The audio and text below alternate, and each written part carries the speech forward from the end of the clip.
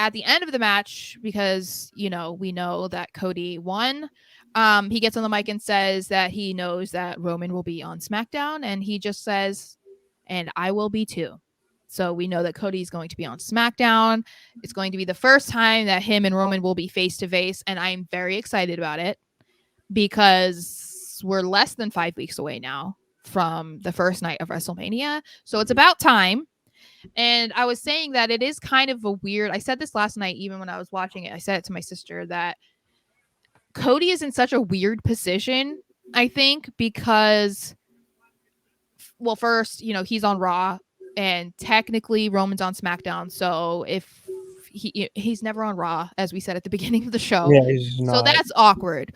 But also, he returned at Royal Rumble, and he had been gone since, having a trilogy with Seth Rollins. So it wasn't even like he really left in the middle of the height of a feud. So he Yeah. comes back to Royal Rumble, has no connection to anything. Like, his fingers aren't in anything from before he left. Wins the Royal Rumble. So he wins a match at Mania against Roman Reigns. Roman is actively involved in this humongous storyline with Sami Zayn, the rest of the bloodline, whatever. So he can't really be doing anything with Cody at this point. So he's just in this random sphere of like So being weird. on Raw every week because he has to be. But like, they can't put him in some random feud because it is less than 5 weeks until Mania. So it wouldn't make any sense for him to be doing anything other than preparing for his match with Roman. So it's kind of like, this match was great with Chad Gable, but it was one of those things. It's like, oh yeah, let's get Gable and Cody in a match because like that'll be good. But it's like, That's what otherwise you're going for. It's it's just at that basically point. just to get Cody on TV.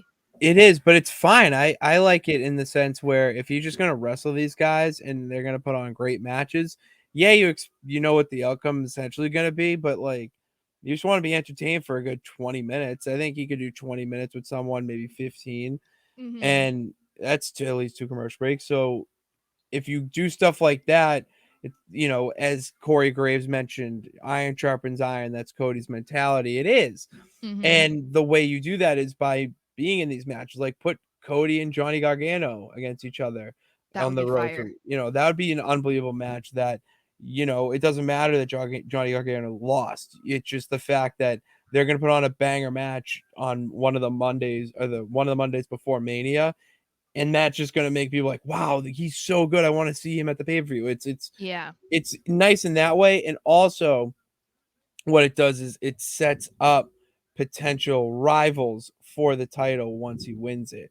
So it's all about planting the seeds now and who can, hang with him, who would, make for good chemistry for a feud. That's what the idea is with now. That's usually a break glass in case of emergency type of situation, and we've come to that. Yeah, I mean, I don't have a problem with it. I just was thinking about it last night, and I was like, oh yeah, they kind of just keep having him on, and it's just because, yeah, we need Cody in a match. You need to see So Cody Rhodes. it's just kind of, I don't know. I thought it was kind of interesting, but